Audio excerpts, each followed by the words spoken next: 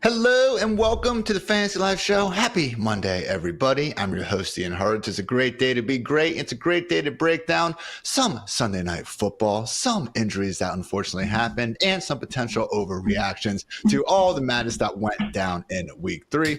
And joining me as they do every single Monday, none other than Fantasy Life's finest, Paul Charchian and Chris Allen. Fellas, how is it going? And I guess we got to start with the man that just can't lose, Minnesota Vikings official, super fan, Paul Charchian. Team can't lose. Look, if you'd have told people 49ers, Texans were going to be the Super Bowl teams, we all would have been like, yeah, that's totally plausible. And the Vikings just toyed with both of them. The Vikings have been trailing so far this year for 3 minutes of game time. That's it. It is domination right now, but we're Vikings fans and we're just waiting for the other shoe to drop. More on that later. I saw people saying, like, is Sam Darnold the MVP frontrunner? And I scoffed initially, but I actually had to sit back and think, you know what? The guy does deserve to be in the conversation. Chris, for sure. You did not have to watch a Bengals loss yesterday, but you might get to see a nice little W tonight. Monday Night Football, a doubleheader. Are we getting 2 screens out in the Allen household, or how's that work? No, I'll probably have no screens on, man. I'm trying to just for my mental health, I just need the game to just go well. I'll just catch all of the reactions on social media. And then after that, I'll just be like, oh, hey, we got the W. All right, we're on to week 4. And let's just pretend like the first few weeks didn't happen at all. All right, that's where I'm at. Fair enough, my friend. Well, before we wait, you can't rally to watch your team beat the Commanders? Come on, it's the Commanders. If there's one game you want to be glued to the television for, it's that one, isn't it? But Paul, it's going to be if it's not done the right way, right? If they don't blow them out, if there's not some sort of just like big point extravaganza between Jamar Chase and Joe Burrow, it's going to be not just the win, but the quality of the win. Then I'm not here for it. All right, I just need to be able to get through this week and just be like, all right, we got a 1 in the win column. All right, let's just move on to the next week. All right. We've learned you're a win snob. The win in the win column is not enough. It's got to be a quality win. A quality win. That's right. Yeah, Chris, you sound like Buckeye fans when we're facing Marshall out here, not like an actual NFL team, dealing with professionals. So, all right, guys, plenty of stuff to break down from week 3. But first, a quick word on Fantasy Life Plus. Fantasy Life Plus, our premium product over here at Fantasy Life, just trying to help make you that much better at the sweet science known as fantasy football. So from our consensus ranks to our start sit tool, Dwayne's utilization report, goodness, again, so many tools and cool things that, yes, we are asking for a small price for, but again, that helps enable us to do all those aforementioned cool things. So not trying to break your bank, under $40 per year for a tier 1 package, tier 2, still going to be under $10 per month. But yeah, Fantasy Life Plus, check it out. Sunday night football, fellas, the Chiefs took down the Falcons 22-17, covering as 3-point favorites. The under did cash, though, at 46.5. So just some of the top performers from the game. Relatively quiet from a passing standpoint. Mahomes, 217 and 2 touchdowns through the air. Kirk Cousins, 230 and 1. The star performer was Rashee Rice, now the overall wide receiver 2 in fantasy. Added 12 more catches, 110 yards, and a touchdown on 14 targets. Honestly, probably could have had a second touchdown, but he missed one play, I think, with the wind knocked out of him, and Juju Smith-Schuster ends up waltzing in on a play that, again, I'm pretty sure would have been designed for Rashee Rice. Certainly not coming from a biased, Rashee Rice fantasy manager or anything like that. Bit of another quiet performance from Travis Kelce, just 30 scoreless yards on 4 receptions. Mahomes did note after the game that they are calling a lot of plays for Travis, and 2 or 3 people just continue to go to him. Over on the Falcons, Drake London, opening drive touchdown, also had 67 yards. Maybe could have had a second one later, but Kirk Cousins, man, get that ball in the air to your 6'4" wide receivers, please. Alas, he could not. Darnell Mooney, 8 catches, 66 yards. Kyle Pitts had a 50-yard catch and run down to the 1-yard line before he got vultured by Bijan Robinson, who had 18 touches for 52 yards and got stuffed on a very questionable 4th and 1 call at the end of the game. And by questionable, I just mean, what are you running split backs for in the year 2024, man? Give your player a better chance to succeed. But again, those were the top performers, guys. But the big usage kind of realization we had revolves around this Chiefs backfield. Carson Steele ended up leading the way with 18 total touches and just 9 for Samaje Perine. But Chris, we did see some pretty dominant pass down usage for the former Bengal and Broncos running back.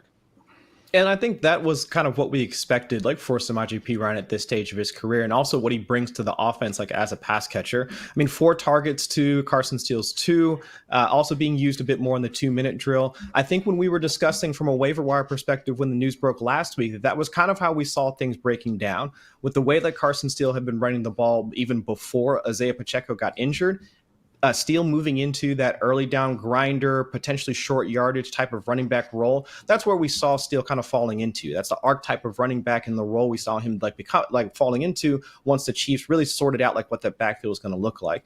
And without Kareem Hunt like on the active roster for last night's game, that split between him and Perine, at least to my mind, like it seemed like that was the way that things were going to break. So moving forward with Kareem Hunt still not like really being integrated into the offense quite yet, I can see a similar situation like for the Chiefs and that backfield moving like with their over the next couple of weeks. But still, I mean, not having like a ton of fantasy usage or fantasy relevant usage for him. Perine is more the guys that, all right, you want to keep him on the bench, see how things work out. And then if you need to flex him, okay, I can see you doing that, but he's not really on my radar from a starting perspective right now. Charch, looking at Carson Steele, again, wasn't amazing out there, but hey, for a guy whose sister decided to get married on the exact, same time as he was playing, certainly did all right. 52 of his 72 yards came after contact on the ground, 64% snaps, 61% rush attempts, and 55% routes. I'm getting all these numbers from the updated utilization report game log that you can find on FantasyLife.com. So, Charch, man, again, we didn't really expect Carson Steele to get that pass down usage to Chris's point. So the fact that he was really dominating the usage on rundowns, good news for someone who could emerge as a touchdown dependent RB3 sort of fantasy asset. Yeah, I think that's exactly right. He'll be touchdown dependent. Ran hard. I mean, big kid, ran hard. You mentioned had to overcome the wedding. I think Carson Steele's also got to overcome the separation anxiety from Crocky J. His alligator's not with him. Pet alligator, they're very, very close. The pet alligator, Crocky J, is back home because you can't really have the alligator like in your apartment complex, or like in your tub or in the pool at the apartment complex. So overcoming that separation anxiety, very impressive, I think, for Steele. I like him. I thought, he's a grinder. He's going to be a vertical, straight ahead grinder guy. He's punishing at the point of contact. So yeah, touchdown dependent probably. The one thing I'd like to ask you guys about this game. Who is the Falcons' real number 1 wide receiver? Is it Mooney or is it London? And let me give you some data behind this. Almost an identical number of routes run. They are separated on the season by just 2 targets. They are separated on the season by just 1.5 fantasy points per game. And what I found most telling, and maybe it doesn't mean anything, the Chiefs have 1 star cornerback. It was Trent McDuffie. McDuffie was on Mooney all game, not Drake London. Maybe it was a size matter. London's much bigger, physical. Maybe they decided McDuffie wasn't that guy. But I thought it was very interesting that when it came down to putting their shutdown corner on one person, it was Darnell Mooney. So I ask you, is Drake London absolutely wide receiver 1 for the Falcons? Chris? Absolutely. That's a give it time. I don't think I can say absolutely. I would say the only thing that would indicate that London is the team's wide receiver 1, he will be the team's wide receiver 1, is the ascending target share. I think it was around 10, 12%, like somewhere in the first week, 24 in week 2, and over 30% of the team's targets like last week. So to your point, Charge, it was Mooney that was getting more of those like schemed up type of targets. 50% of Mooney's targets were on play action. And so and Dwayne has harped on this for months or years about play action like being something of a force multiplier for fantasy production. So I can see where Mooney is more that wide receiver. I can see over like the course of the season, Mooney is a very close like wide receiver to Drake London getting more of the targets. I just think as Kirk Cousins becomes a bit more comfortable in this offense, London starts to take over like the larger share of the targets. And once they get in sync, we see more of those schemed up targets start to go his way. At least that's what I think. But to your point, I can absolutely say that for certain right now after 3 weeks of action. At a minimum, man, Mooney has squeezed that gap, and it makes a bit more sense why the Falcons dished out 37 or 39 million to get his services this past March. And I was looking up these stats as you guys were talking because I thought Charch was going to more so be Mooney was getting just those short, design screens. And he does have 3 where London has 0. But man, even targets 15 plus yards downfield this season, Mooney has 6 and London has 4. So again, just a 3-game sample size. Hey, London scored in back-to-back weeks. He does look good, but certainly looking like more of a 1A, 1B. And the fact it's between London and Mooney and not London and Pitts is super cool, super great. Not tilting at all with that going on. So final note from this one, I would be remiss and Falcons fans would be mad if we didn't quickly mention that, yes, Kyle Pitts did seemingly, get pass interfered with in the end zone, which could have, should have, would have helped the Falcons win that game. I will say, Kirk, can you not throw the ball up to the goalpost, man? Again, back-to-back plays. You got your 6'4" monsters in the end zone. You hit the defender in the back and then throw it on the ground. Did not like that. But Falcons head coach Raheem Morris declined to comment on the no DPI call, quote unquote. I like my money. So that was pretty funny over there. Appreciate him having a sense of humor about it. So that was your Sunday Night Football recap, everyone. Now just a few quick injuries to get through before we get on to some overreactions. At quarterback, if you guys waited for the end of the game, we did see Patrick Mahomes go down awkwardly with that knee injury. He did clarify after the game, though, that the turf got me, but I'm all good. Thank God that he is. Chargers quarterback Justin Herbert had to leave early after re-aggravating that ankle/foot injury. He did leave in a boot. Surely we'll see continued, just, I guess, talking about what he's doing throughout practice this week. Also, Dolphins quarterback Skylar Thompson dealing with the rib injury. At wide receiver, the Eagles continue to be all kinds of banged up. A.J. Brown obviously continuing to miss time with the hamstring, but Devonta Smith suffered a concussion, and even Britton Covey had a shoulder injury. So, helps explain why Dallas Goedert went nuclear yesterday. Panthers wide receiver Adam Thielen suffered a hamstring injury on his touchdown reception, so keep an eye on that.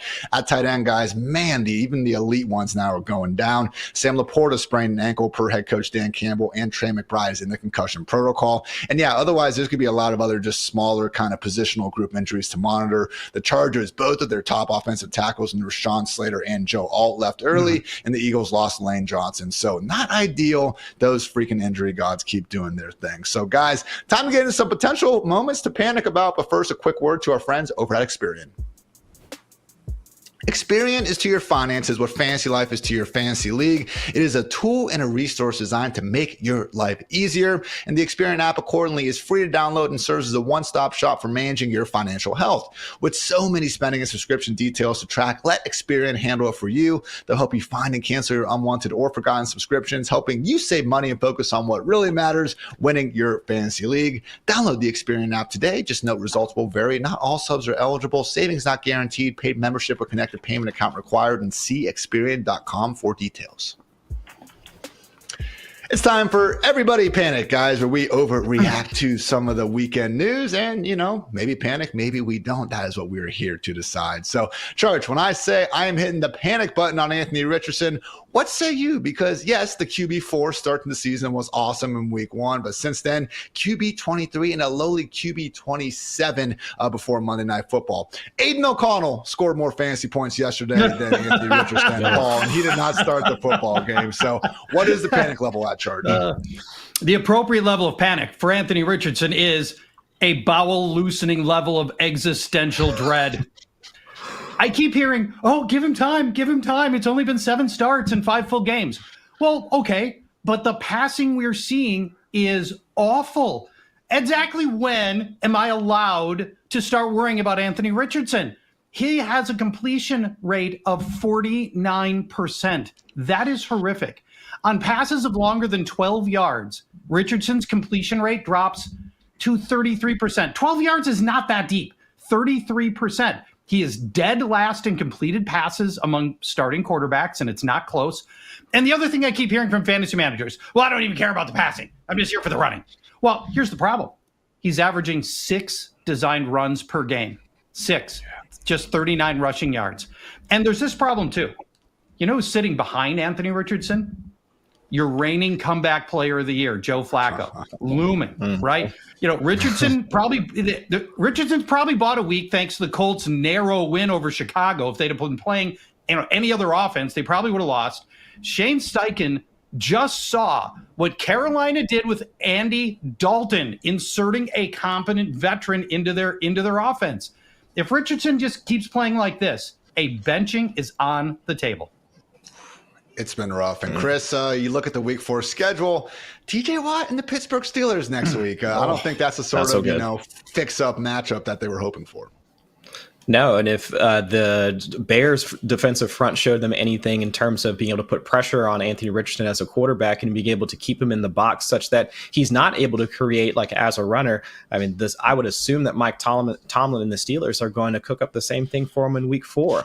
I think my biggest concern, though, to kind of Charch's point, is that like it's not just the volume, but everything else about the passing game.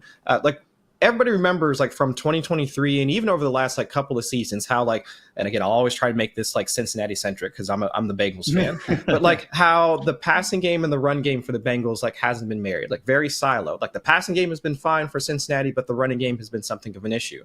It's exact opposite in Indianapolis.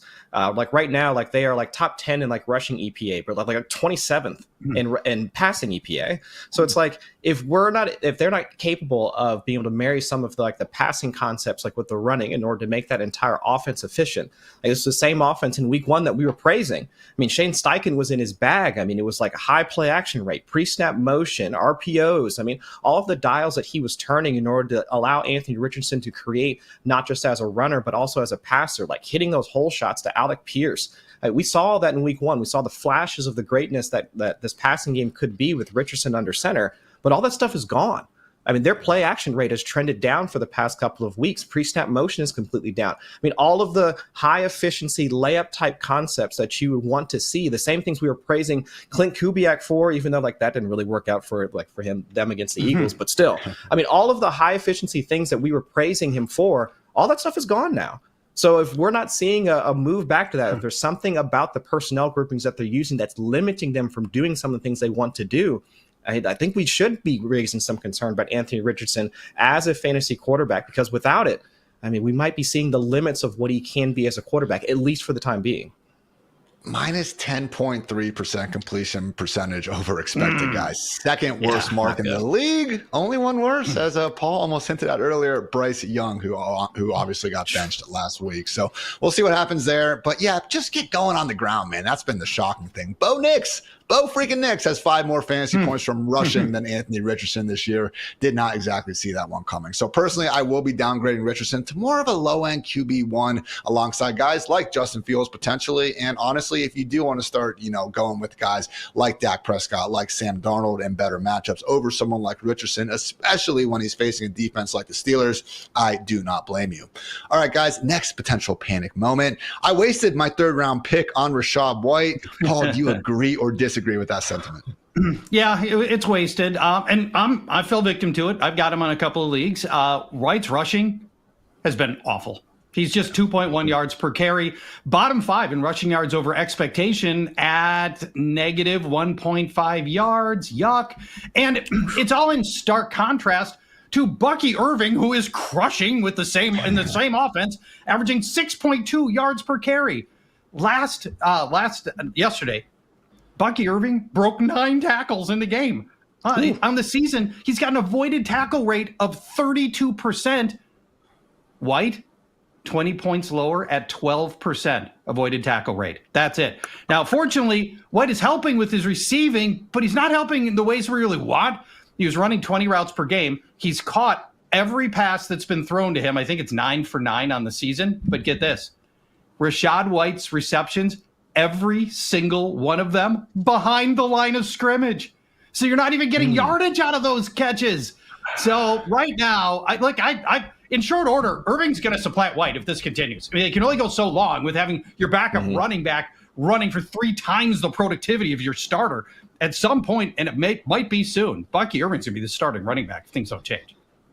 34 running backs with at least 25 carries this season. Bucky is second with 6.2 yards per carry, only trailing J.K. Dobbins. Rachaad White, 33rd, second to last at just 2.1. So, Chris, he has been dealing with a groin injury, but that said, I mean, he's still out there in a limited fashion. He's not entering the game with a questionable tag. So, any sort of, saving grace here for Rachaad White, Chris? Because I'm kind of with Paul, man. At a minimum, seems like this is far more of a 1A, 1B situation than we ever dreamed it might be here just a few short weeks ago. Yeah, I got nothing. If you drafted Rachaad White, I think the hope was that he could at least take on a lot of the volume, because this is the same running back that was 6th worst in rushing yards over expected per attempt in 2023. And lo and behold, in 2024, let's do this live. Let's go over and look over He's fifth worst this year in rushing yards over expected in 2024. So if we already knew that the efficiency was going to be part of an issue for Rachaad White, and then they go out and draft a back that, while, I mean, Bucky Irving is 20 pounds lighter, the hope would be that, all right, well, Bucky Irving might be more the third down type of guy. We wouldn't really see him be that explosive, or not explosive, but as like efficient, like between the tackles. No, not the case at all. And so to Charch's point, I mean, we've actually, if I'm remembering correctly, a couple of the beat reporters have noted there have been chants for Bucky coming out of the stands from fans, like noting that because White is just not being able to create on the ground like they need him to. So I'm with both of you guys. I would rather see I'd rather see Todd Bowles and like turn over this backfield like to Bucky Irving, because even with like the smaller stature, if he's still being more efficient, like even on early downs, like I know we kind of take these stats and don't apply as much context to him as we need to, but even on early downs, when you expect to see like more guys in the box and the more defenders, like at least playing more towards the run, I mean, Bucky Irving is still averaging like more yards per carry, higher success rate, more adjusted yards after contact per attempt. I mean, like he's more efficient on the downs where it would be harder for them to gain yards. So I'm with both of you guys. It should be Irving's backfield at this point, at the very least, the 1A to White's 1B.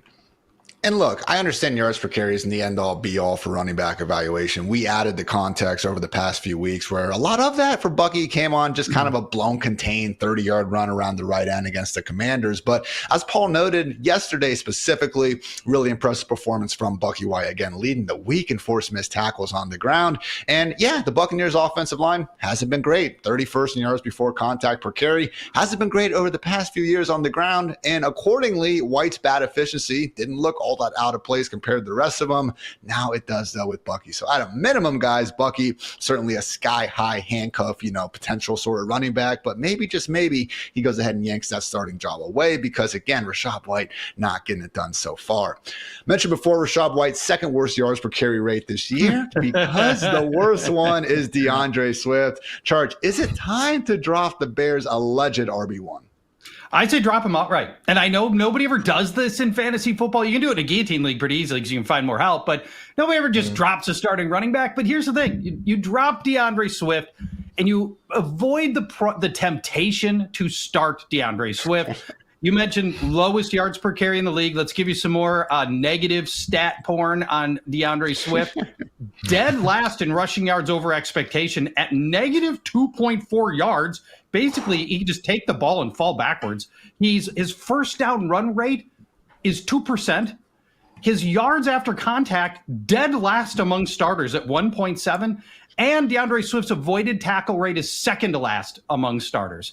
And very importantly, and I want to make sure people caught this, at the end of a close game in the fourth quarter, Shane Waldron pulled DeAndre Swift from the game and went with Roschon Johnson. And that to me was a vote of no confidence right there when you had to have game sealing drives and they pulled DeAndre Swift from that game. We don't even know that he's the starter going into next week. Mm-hmm. And we saw Roschon heavily use even the first drive as well. So it honestly was a start to finish sort of ordeal, in that, again, Bears lost to the Colts yesterday. Chris, 52% snaps, 46% rush attempts, 50% routes last week. This is what we talk about. Like when you have a player really dud in the box score, you want to make sure that the utilization is also moving in a bad direction before freaking out. And yeah, I think it's okay to freak out here.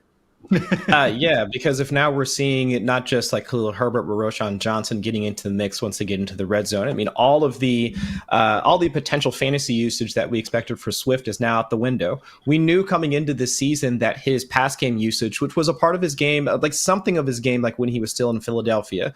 I mean, no, historically, rushing quarterbacks or mobile quarterbacks aren't as adept at throwing to or apt to throw to their running backs, but at least Swift was used a little bit like last year.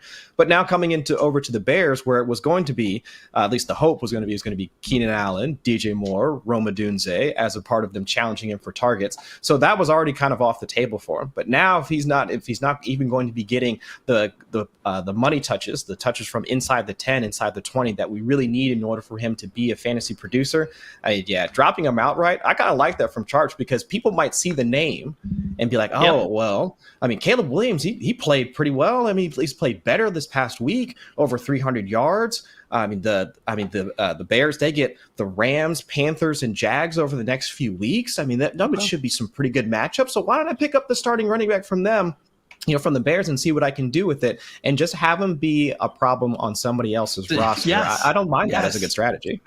Yep. Depends on the league size, bench depth, and all that. Please don't, cut the guy for Isaac Orendo or something like that. But right. Isaac Orendo, not a bad pickup depending on the league. So again, not overly, completely dismissing the possibility, but certainly not anyone we can put near a starting lineup and feel at all good about it for the time being. So guys, again, that was more panic situations, but we do have some stud overreactions coming up. First, though, a quick word to our friends over at DraftKings.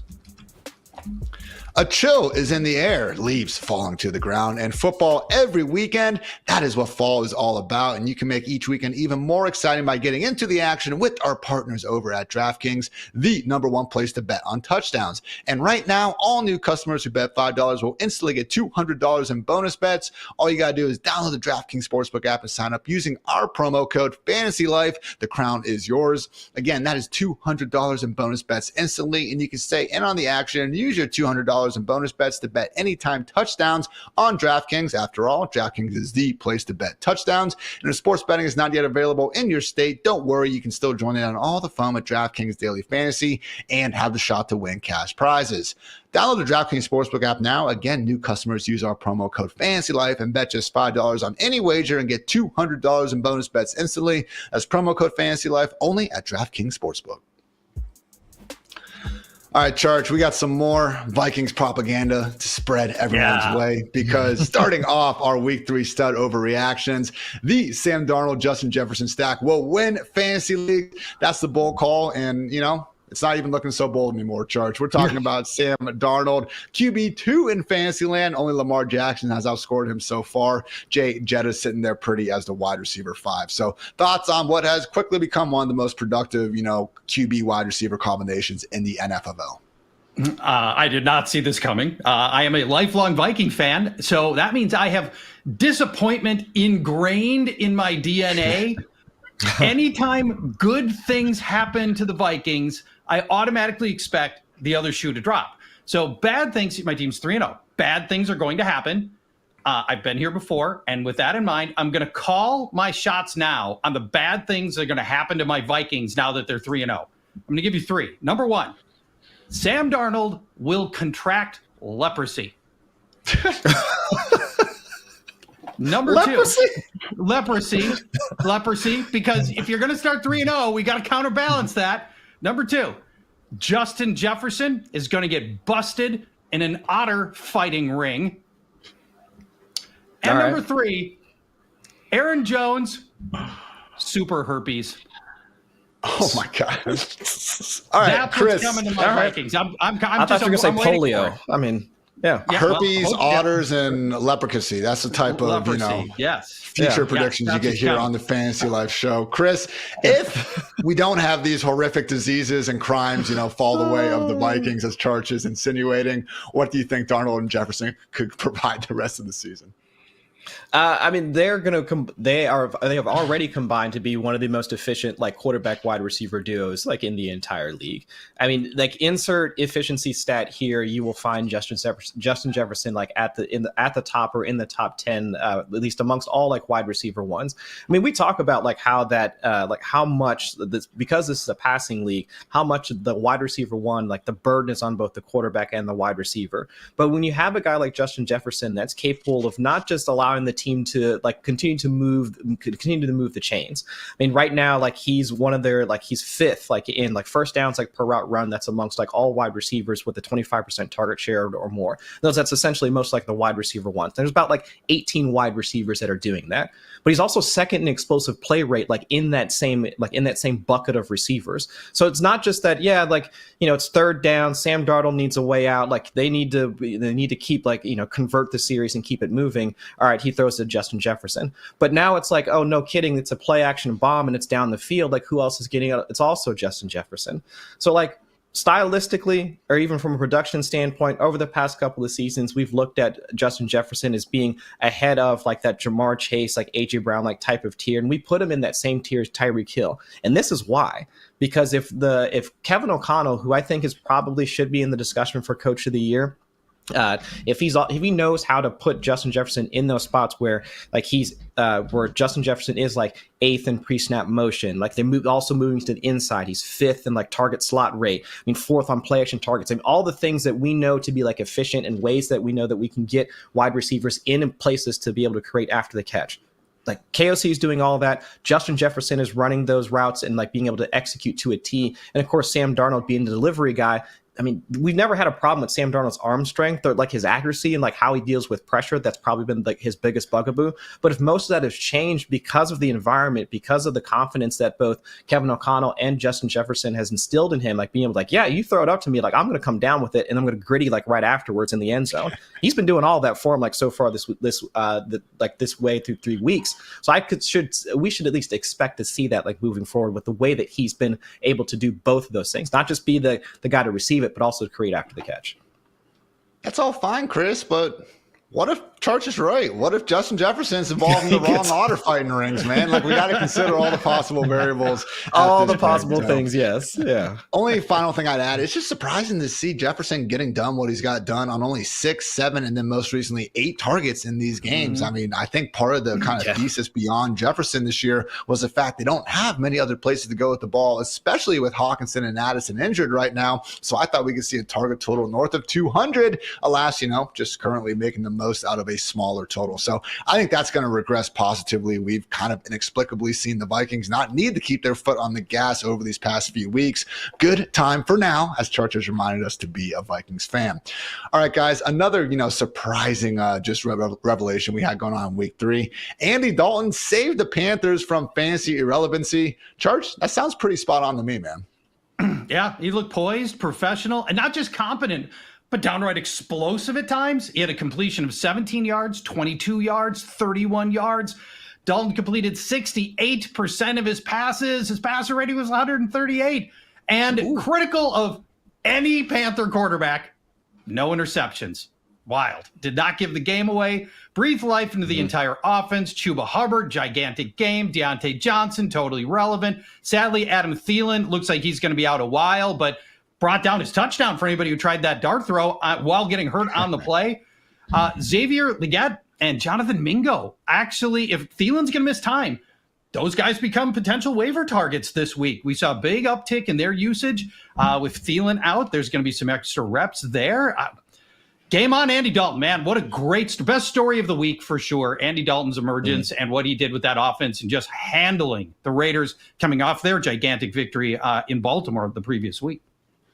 First quarterback with 300-plus yards and 3 touchdowns in a game this season. Chris, I saw someone joking on Twitter saying how Andy Dalton, he was in the AFC North in the 2010s, man. So facing these 2024 defenses, it's nothing to the guy. And hey, you know what? Saw it with Joe Flacco down the stretch last year as well. So talk about what Dalton means for guys like Deontay Johnson and, hey, even Chuba Hubbard and maybe even in a few short weeks, Jonathan Brooks as well. Right. And I think that's the thing that most fantasy managers are looking forward to is the fact that this is now a more of a fantasy productive offense. We can now actually start Deontay Johnson with some confidence. And then to Charch's point, bring it along like Xavier Legette, Jonathan Mingo, and of course like Chuba Hubbard. But hats off to Andy Dalton. I mean, I knew as a Bengals fan that like he wasn't the guy that was really ever going to take us to the promised land. He just didn't really have that in him. But the way that he's been able to weather the storm of being like, bounced around like from like away from the Bengals and being able to perform well in spot starts. I mean, he performed well for the Saints, like when he was down in New Orleans, and now over in Carolina. I mean, just like I'm really loving how his entire career arc has really developed like for him at this point. But for the Panthers specifically, I mean, this is one of the first times. I mean, like 0.24 like EPA per play like on Sunday, and that's the highest rate, like the highest EPA per play that they've had since Bryce Young was drafted. I almost kind of feel bad for Bryce Young, like seeing like he got a front row seat to how this offense is supposed to be run. and like seeing how poised and the way that Charch was describing how Dalton was playing, like hitting some of those middle of the field crossers and allowing the players to perform after the catch. I mean, this is the way that Dave Canales really wanted to design this offense. I mean, they hit season highs in terms of play action rate, screens, RPO rate. I mean, all of the things that you would want to see out of an offense. The same things we were talking about earlier. Same things we were praising Clint Kubiak for and Shane Steichen for, those high efficiency type of concepts. The Panthers were doing all of that, and it was working. So if this is how Andy Dalton can actually allow the offense to perform as intended, targeting some of those other guys like Charch just mentioned, I think is the way to do this. And also, if you can, I mean, if people dropped Jonathan Brooks in week 1 after how poorly Bryce Young performed, maybe check your waiver wire and see if you can stash him. Suddenly very excited for a revenge game special in week 4. That's right. Panthers versus the Bengals. Get your popcorn ready for that one.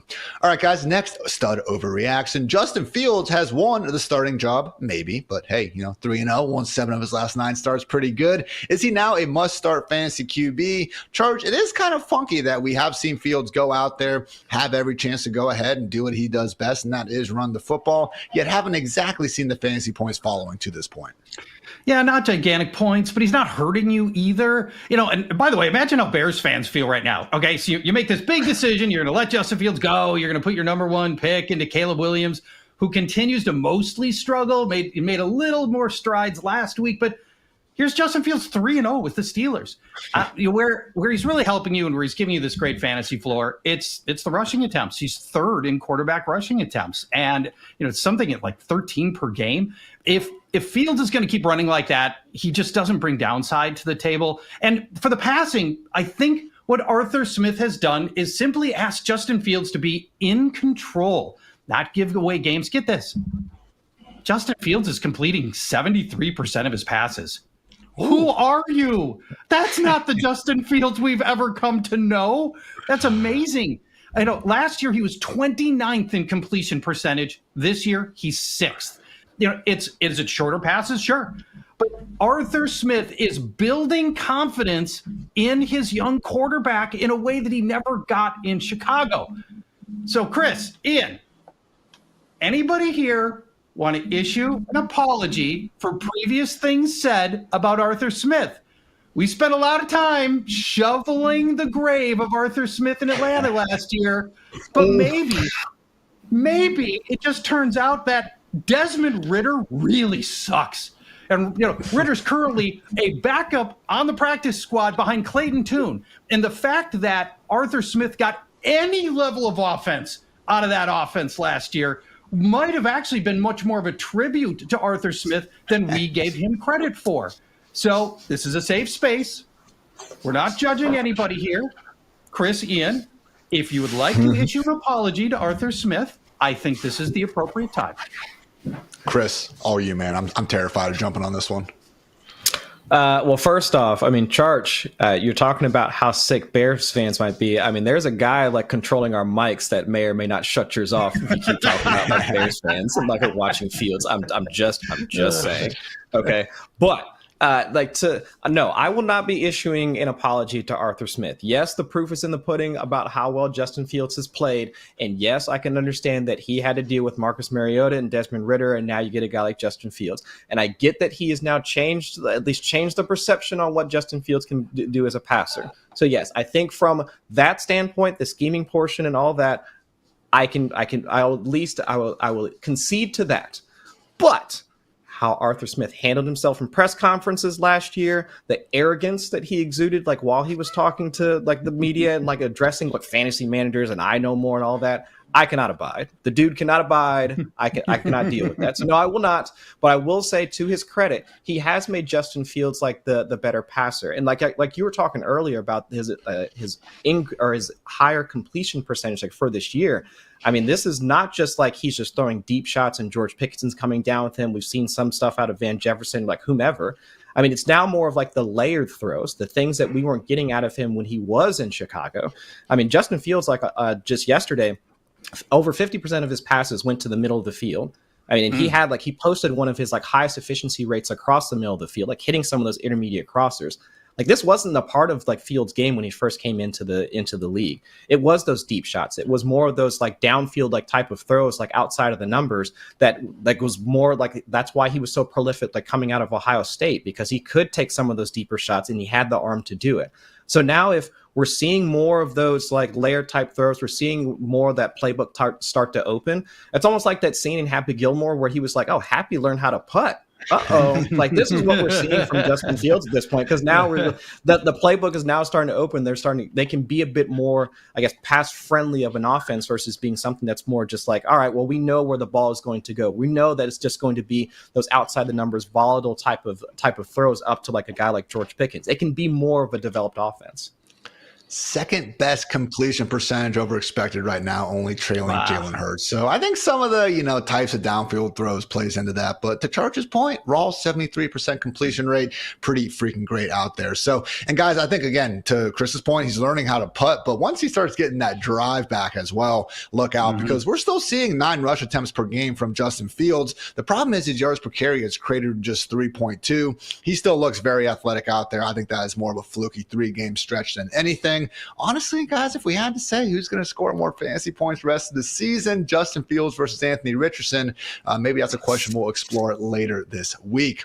All right, guys, another stud overreaction, or is it Malik Nabers, a top 5 wide receiver? Church, I mean, judging by a little thing from fantasy points, you could even say he's number 1, which is the case after 3 weeks. But how impressive has the rookie Giants, blossoming superstar been to you so far? No, he's been great. He's a clear wide receiver 1, every week starter. If you're a wide receiver 1, you're automatically in the top 12 among receivers. So here's my list of receivers I would not trade for Malik Nabers, and it's not long. CeeDee Lamb, Jamar Chase, Justin Jefferson, Amon-Ra St. Brown, Nico Collins, Rashee Rice. That's it. That's 7 guys. 6 guys. That makes 7 to me is Malik Nabers. I think we're already there. Now, what puts Nabers behind those guys? Those guys have Dak Prescott, Joe Burrow, Sam Darnold, Jared Goff, CJ Stroud, and Patrick Mahomes. Nabers has Daniel Jones. And now, in fairness, Jones has looked better the last 2 weeks, and he looked terrible against Minnesota in the opener. But what we didn't know then is it turns out Minnesota's a really good defense. What I love about Nabers, the body control already at veteran levels, as exemplified by his toe drag touchdown last week, which was beautiful. Technique looks fantastic. Catching with his hands. The utilization is massive. 9th in the NFL in routes run, 1st in targets, 4th in yards, 19th in yards after the catch. And he doesn't have to sweat anybody else to eat into his usage. I'm not worried about Darius Slayton or Wan'Dale Robinson, turning into week in and week out competitors for balls. That ain't happening. This whole Giants offense is going through Malik Nabers.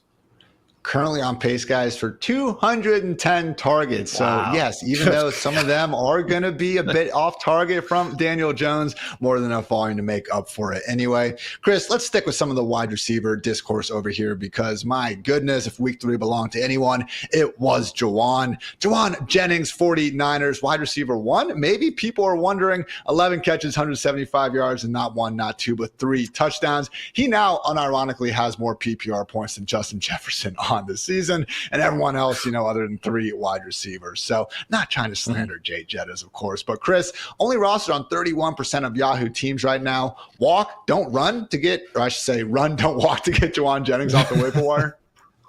Well, yeah, because, if he's going to be used like this, 40% of Brock Purdy's targets, went to Jauan Jennings. And that, just that singular number, by itself. Debo did it twice back in 2021. Ayuk only did it, once just this past season. So, they're feeding the guy. Now, I get it. No George Kittle, no CMC. You've got Brandon Ayuk still looking like he's knocking off, some of the rust after his hold-in throughout the offseason. Looked better in week 3, but still, getting back in sync with Brock Purdy is still a part of where Ayuk is at. All of that builds into why we saw Jennings have the type of game that he had. But the context for this is that also Kyle Shanahan, he was scheming up targets for him. Now the first his first touchdown that he had, he's lined up closer to the interior. Purdy winds up looking off the safety. Jauan Jennings completely wide open on that 10-ish 10 to 12 yard type of quick slot out route that he got for the touchdown. The second one, I mean, it was an out his third touchdown, and out and up, allowing him to cross over one of the corners, they'd miscommunicate, allowing Jennings again completely wide open touchdown. So it'd be one thing if these were just I don't know, using his size and his frame in order to completely body some guys on a couple of catches, which he did in a couple of cases. But also the fact that Shanahan is actually putting him in these types of situations where it's not Brandon Ayuk getting these schemed up targets. It's not Brandon Ayuk they're trying to hide closer to the line of scrimmage or closer to the formation in order to make sure that he gets some of the softer coverage. That's the stuff that he's doing for Jauan Jennings. So if we're seeing that type of treatment out of him, already, without some of their star playmakers, we should consider Jennings in that type of echelon. While we would normally look at him as the fourth or fifth target on this passing game, with all the other guys out there, he has to be considered probably the 1B to Brandon Ayuk's 1A. Fifth best single game performance from a wide receiver over the past 3 years in terms of total PPR points. Yeah, wow. Shannon cooking with some gas down there in San Fran. Obviously, real life loss aside. Charge, another player who got to benefit from a condensed kind of pecking order in terms of the passing game. Eagles tight end Dallas Goedert, 10 catches for 170 scoreless yards. Is Goedert now a must-start tight end every week for you in FantasyLife? Well, I don't know. Why not at this point? All the big name tight ends are flopping badly unless Dalton Kincaid goes berserk tonight. None of the top 9 tight ends by ADP are going to finish right now in the top 10 in fantasy points at the position this year. So why be a slave to the guys that we thought were big name guys? So here's where Goedert ranks among tight ends. He's first in yards. He's second in receptions. He's second in yards per reception. He's fourth in yards after the catch. And he's number 1 in routes run. And granted, the Eagles are without A.J. Brown, and then we saw Devontae Smith get knocked out of the game, and so that probably had a lot to do with the explosion. Still, A.J. Brown's going to miss. He'll probably go all the way through the Week 5 bye. We may not see him till Week 6. We don't know on Smith. We know he got a concussion. Who knows how long that's going to go. This passing game right now, it's on this given the thin wide receivers they've got. Braden Covey hurt, by the way, too. It's going through Saquon Barkley and Dallas Goedert. He's going to be very, very safe. Schedule's basically neutral going forward. I think we're starting Dallas Goedert every week until something changes. Maybe when Brown and Smith are back on the field. Those 170 receiving yards, more than any other tight end has this season, other than Brock Bowers and what he's doing down there in Vegas. So yeah, really impressive. And honestly, just with the injuries right now, we might be forced to. Again, Laporta and Trey McBride dealing with some issues. We also got Kittle, Ingram, David Njoku out as well. So really starting to shrink that tight end pool as it is. Maybe, just maybe, we get rid of that position and add an extra flex to our fantasy leagues. I don't know, guys, just throwing it out there. But hey, that is going to wrap up our stud overreactions. But now it is time to get on the chopping block. If you guys haven't been playing Guillotine Leagues, you are missing out, and we do have our FantasyLife Guillotine director and expert here, Paul Charchian, to help guide us through what is, again, one of the most exhilarating formats of fantasy football that exists out there. So, Paul, every Monday we like to go through, again, some of the players who dudded and accordingly are on the chopping block and likely potential free agents for us hopeful survivors out there. So, kicking things off, Mike Evans coming off 17 scoreless yards. What are you making him on as a waiver wire option ahead of Week 4? Yeah, he's running the same number of routes as Chris Godwin, but he's getting half as many targets as Chris Godwin. Does lead the team in end zone targets, and those touchdowns should come around. We know Mike Evans is a touchdown hog. It's always been this way. He was an incredibly safe start last year. Only had 2 games with single-digit PPR points, which he had one yesterday. Schedule's neutral coming up. Eagles, Falcons, Saints, although his matchup with Marshawn Lattimore against the Saints will be fascinating. Still feels like a safe weekly start. I'd put in a bid around $50 for Mike Evans, given where we are right now. And that feels relatively safe. And I don't think that would be a big overpay, but if somebody else gets Mike Evans at more than 50, I think I'd be okay with that. Was a tough matchup against Pat Surtain, but hey, you know what? You listed some more coming up that aren't exactly going to be cakewalks either. Let's talk about a running back who everyone was thrilled to have the first 2 weeks of the year in Devon Achane, excuse me, working on my pronunciation. But, you know, honestly, Charge at the end of the day seems to still be playing through some pain. Just 3.5 yards per carry. Kind of pulling a 2023 Travis Etienne where it's almost unexpectedly high volume is making up for unexpectedly lower efficiency. So thoughts on Achane and the Dolphins offense that we were suddenly much less excited about? And even more so if Skylar Thompson's going to miss any real time here, because Tim Boyle does not help anybody. I wouldn't look to see what Breece Hall did in those 2 Tim Boyle starts last year. No touchdowns.